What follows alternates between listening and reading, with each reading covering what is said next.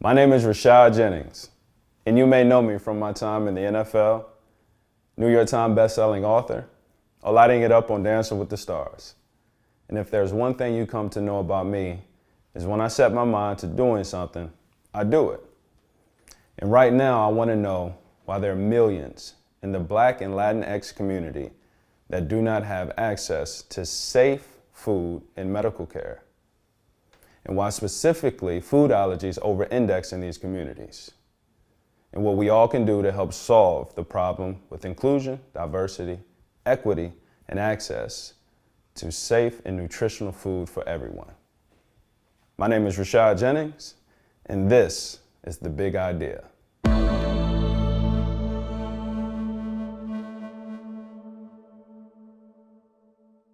Hey guys, on today's episode of The Big Idea, I have the privilege and honor to talk to Dr. Carla Davis. Dr. Carla Davis, would you please take a moment and introduce yourself for us?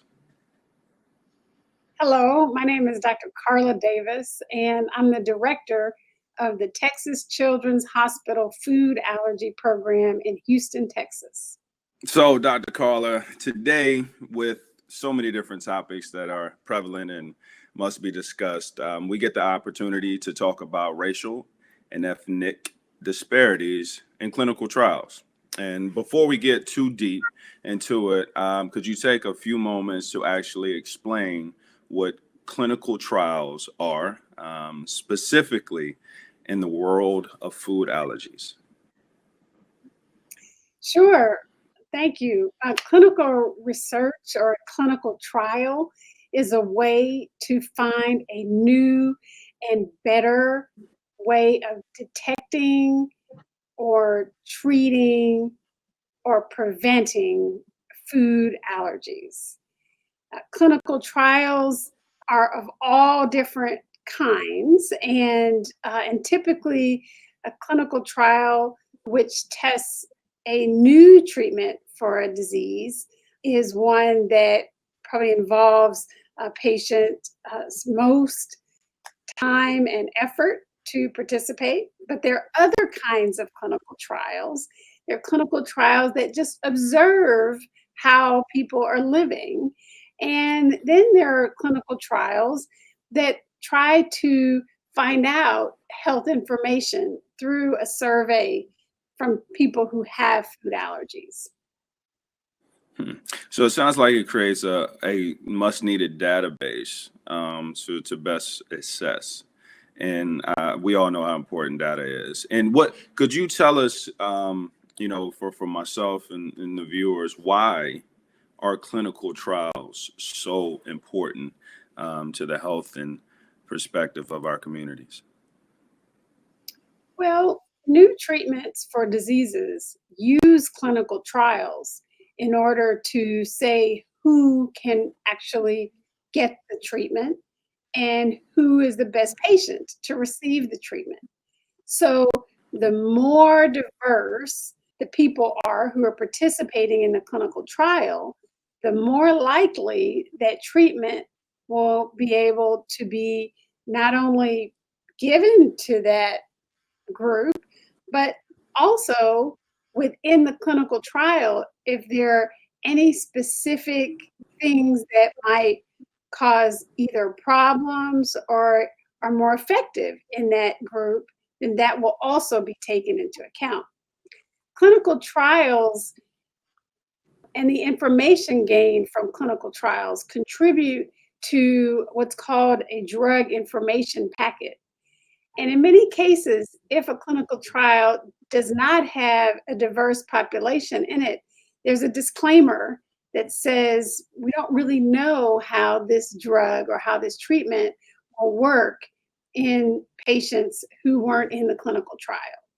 So, for instance, if Black and brown people are not in the clinical trial, then it won't be known how well that treatment works in those populations.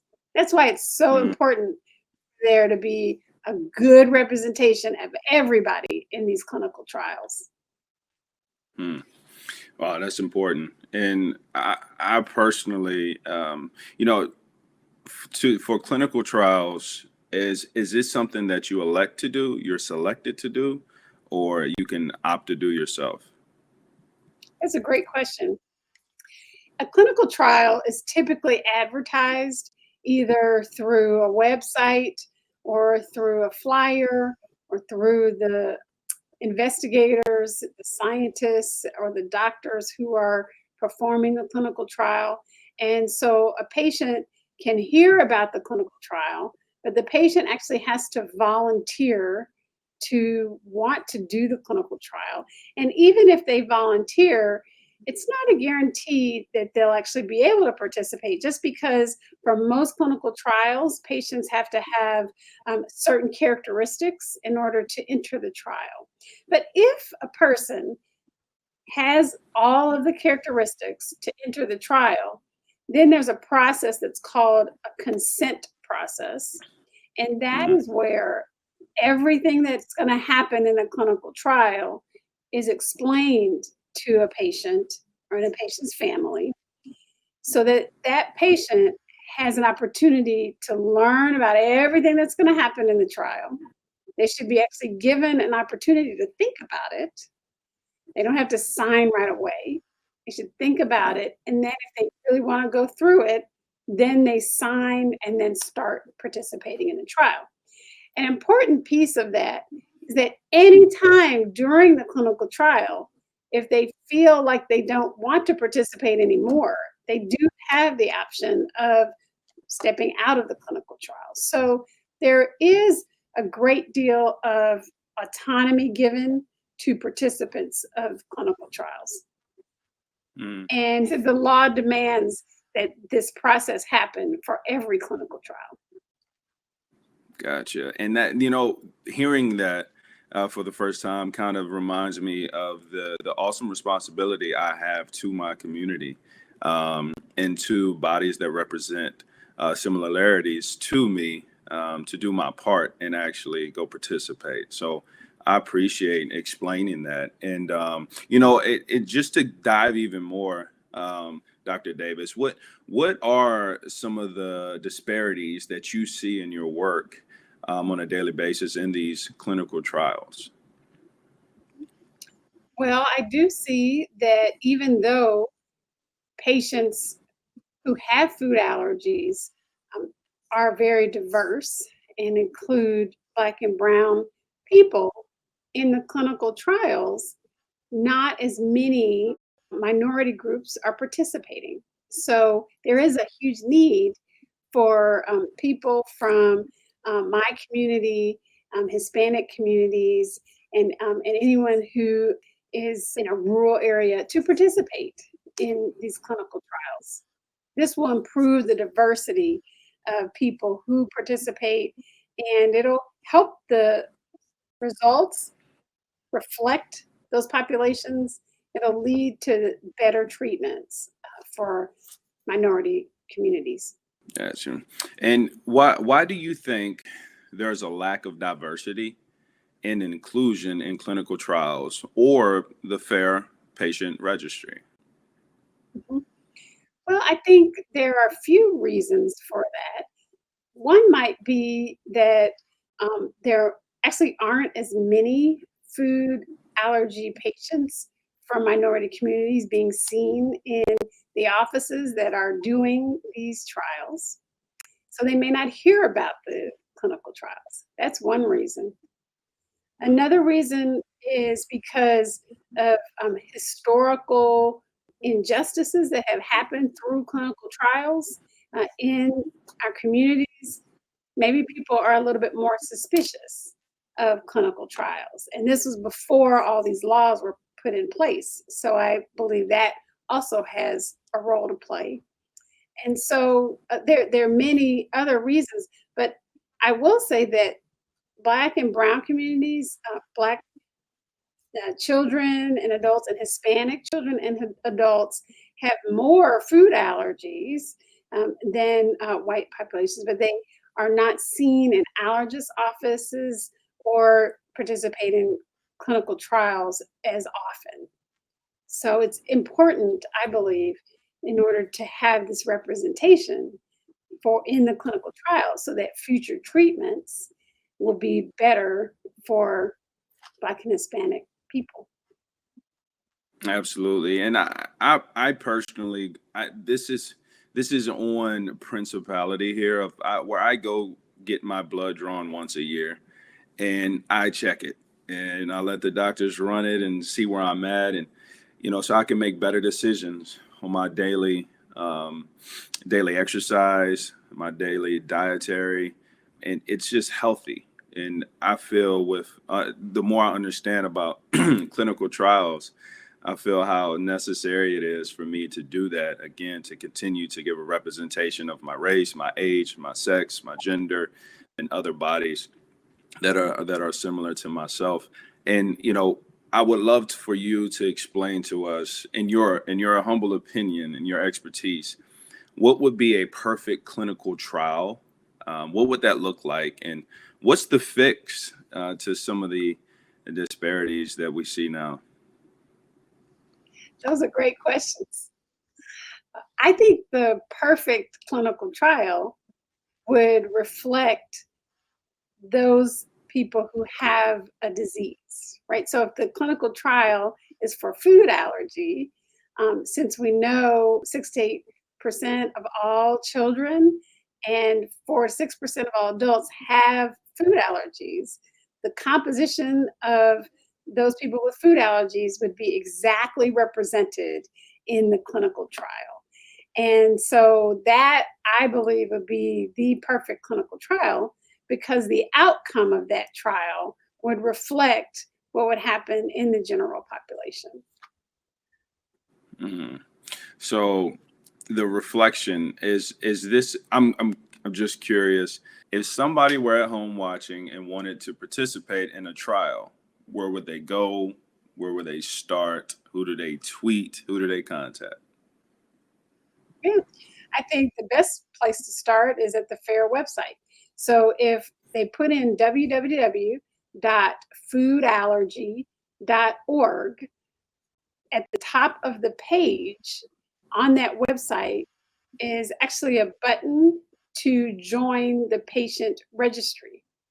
And we haven't gotten to it yet, but a patient registry is like a database that is interchangeable and interactive, that collects and organizes as well as displays healthcare information. And FAIR has a patient registry, and the purpose is to really evaluate what's happening in food allergies in the population, and then develop treatments and interventions that will help the outcomes for those patients.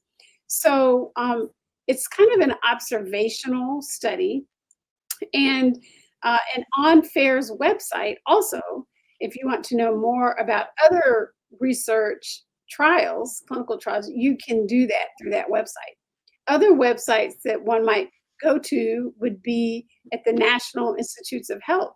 There's a clinicaltrial.gov website, and you can search on food allergy or any other disease that one might have and be able to see all of the clinical trials that are ongoing. There is contact information that's at that website. So you can contact the investigator that's doing that trial and find out if you are eligible for it. Nice. That's good information, because I know a lot of people, after hearing this, may take the leap to find ways to find themselves in a position to get a clinical trial. And for those who are watching that maybe do not have a particular allergy, but actually want to get involved and help rebalance some of these things, what are some of the action plans that they could do? I would say really everything is at that website, so they could actually contact FAIR in order to bring educational content to their community. They can also tweet out the website of the clinical trial. If they would like to donate, there's always an opportunity on the website to give to specific initiatives that person may want to further. So there's many different ways that one could get involved and participate. I would say that it's really important for people who know in their network of people who have the disease, and they can say, hey, have you gone to the Food Allergy Research and Education website, and have you seen what's out there for your specific disease for food allergies? So those are all ways that are really helpful in furthering the cause. I also would say educating oneself about the disease is really important. There's a lot of great information on the website about the basics of food allergy. Absolutely, and that's something I can continue to do myself, is doing my part, Dr. Davis. And just to, if you will, I like to tell you a story that I kind of hold on to that makes me stay involved in my community. One day, when I was younger, my dad came and picked me up from school. Came to pick me up from school and played hooky. So I had a great time. He signed me out. We left and we went to a beach. And it was cold that day. So we didn't dip our feet in the water, but we had pizza on the beach. It was a very warm father-son bonding moment, which my father passed away not too long ago due to several different causes, but he had diabetes. And while we're eating, and he's kind of just having small talk with me, we're laughing, and then eventually we make our way back home. Now, when I get home, I walk in the house and I go to my bedroom and I'm taking off my shoes and I'm pouring the sand out on the floor. Shouldn't have done that. My mom comes in and sees me pouring sand on the floor, and she goes off. Where did sand come from? Well, I don't know where. I thought you was there. And instantly I'm like, uh-oh, I don't know what to do. Do I tell her where I was at, that we skipped school? Now is my dad gonna get mad that I told? But luckily my dad shows up, hero. He puts his hand on my mom's shoulder and says, honey, I got him. And she walks away. Yeah, make sure he cleans that up. And my dad looks at me and says, son, I'm proud of you. And I'm thinking, yeah, I know, because I ain't telling you. And he says, now, you know why I'm proud of you? I said, why is that? He said, because you changed the world today. I said, huh? He said, yeah, you took a piece of that sand from the beach. You brought it home. That means that you changed the world, because the way the earth rotates and the way that the sun beams down created that sand right there in that one little itty bitty spot, and you took a piece of it. And I said, okay, so I changed the world because I took a piece of sand? He said, yes. I said, okay, that's an interesting way to look at I changed the world. But I started to believe, do you know how long it would take in order for me to change the world, to go to that beach every single day, to take a shoe full of sand every day, in order for you to see a big significant difference in the beach? It would be methodical. It would take probably a lifetime before you can tell the difference. And also from that, I started to think, what if everybody on the earth went to the beach one day and took a shoe full of sand? How much more of a dent you would see in the beach? And so for me, that always reminds me, as a community, if we all go to the beach together, we can see a big difference. And there's no difference in clinical trials if we all donate our time to doing it. So I appreciate the information that you brought to me today to make that story continue to be prevalent in my life. Well, thank you. That's a great story. And I think it's definitely applicable to this situation, where we need more Black and Brown people to participate in clinical trials. And as we all work together as a community, we can change the world. Absolutely. Absolutely. I completely agree. And I completely believe in having an awesome responsibility in all things, and especially included in clinical trials. And, I want to say thank you so much for your time. It's always appreciated of giving this type of information, data, and encouragement to our viewers, and also myself. Selfishly, I appreciate it. And in closing, Doctor, is there anything that you would like to leave our viewers with the last word or inspiration or anything that ties in with the great work that FAIR is doing? Well, I think I can share that the reason why I decided to treat children with food allergies is because I saw the effect of food allergies on the families that I see. Uh, Children who couldn't go to school without being taken out because of reactions, and mothers who had to stop their education because they needed to stay home with the child who was constantly having reactions in school, as well as a gentleman who lost 50 pounds because he was erroneously diagnosed with food allergy. And all of these were in patients who looked like me. And so I desperately want to see treatments improved for our community. And so I encourage everyone to consider participating in a clinical trial. Awesome. Well, thank you so much, Dr. Davis. Thank you, FAIR.